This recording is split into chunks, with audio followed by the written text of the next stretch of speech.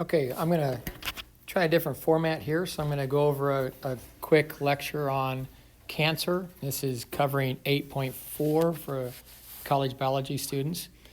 And we have listed here the different stages of cancer, starting from stage 0, where the cancer has started, but it's localized and it really hasn't spread.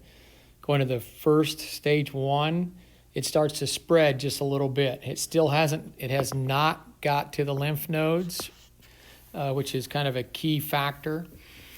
And on to stage 2, where it has spread to a regional area or into nearby tissues or the lymph nodes. Why are the lymph nodes such an important thing? Because the lymph nodes are just as vast as your vascular system for your heart, your arteries, veins, capillaries. Pretty much everywhere you have those, you have lymph nodes. There's a highly a nutritious fluid that can bathe and feed the developing cells, and then it takes it to all parts of the body from there. So the lymph nodes are kind of a key thing. To stage 3, it's more advanced and more spread than stage 2.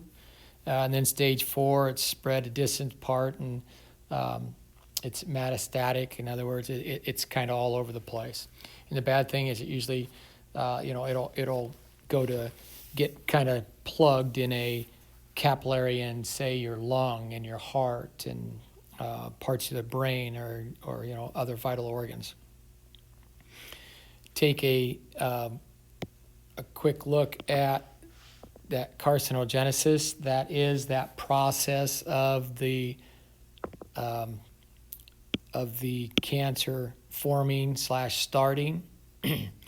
Another kind of bad thing that happens with this is called angiogenesis. What's angiogenesis? When carcinogenesis takes place, the cells are going to release a substance that stimulates vessels. So what does that mean?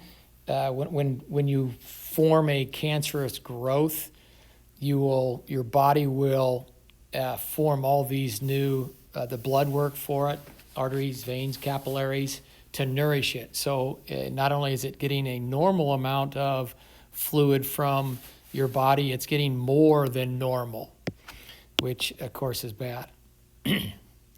Okay, so what causes angiogenesis to take place? Well, there's a couple, and it depends what type of cancer and what, but there's a couple things that can and do happen. You have mutation of 2 proteins that will help promote cancer.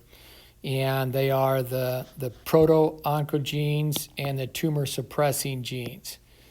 Now, what are the odds that you're going to get a mutation at this place? Realize that we have 3.2 billion nitrogenous bases per cell. What are the odds that you will have a mutation on one of these 2 to form a cancer? Not very good. But when you have trillions and trillions of cells, obviously your odds are going up with every cell. If you had one cell, the odds of these 2 genes mutating would be almost 0. But when you have 1,000 of them, 100,000 of them, 1 million, 1 trillion, 10 trillion, now all of a sudden your odds just keep getting better and better, or worse, however you want to look at it. So let's say that, let's take a look at these 2. What's a proto-oncogene? A proto-oncogene is a normal gene, and its job is to promote the cell cycle, and it inhibits apoptosis. So it tells the cell to divide, and it tells it not to kill itself. They usually need growth factor for this to happen on the normal cell. Okay, what's the other one? The other one, the tumor suppressor genes. This inhibits the cell cycle and promotes apoptosis. So these 2 work together in the normal cell. They kind of consider this one to be the gas pedal of the cell. This one tells it to go, and this one is the brakes. It tells it to stop. And in a normal situation, those two working together keep the cell cycle in kind of a checks or balance. Well, what happens if I have a mutation and the gas pedal tells it to go and there's no brakes? What is that? That's when we develop the cancer, the cancerous growths, okay, which obviously is bad. Another thing that, because you might be thinking, hey, wait a second, from the last little talk we had, the telomerase only lets you divide about 70 times and then it will die. Okay, well, unfortunately, the cancerous cells, they will release an enzyme that rebuilds the telomeres. So they can endlessly divide. Why would we have something like that?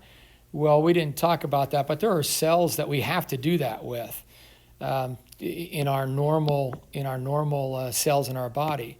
The embryonic cells, because we have to, if we started and said we can only divide 70 times from the developing zygote, that wouldn't work. So we have to have something that actually does that, or doesn't tear down the telomerase. So we do that in embryonic cells, and we do that in stem cells and germ cells too. So we have that in a naturally in our bodies. Unfortunately, the cancerous cells kind of take on that attribute. Okay, I'm going to send this and see if it worked. Let me know what you think of this new format. Thanks.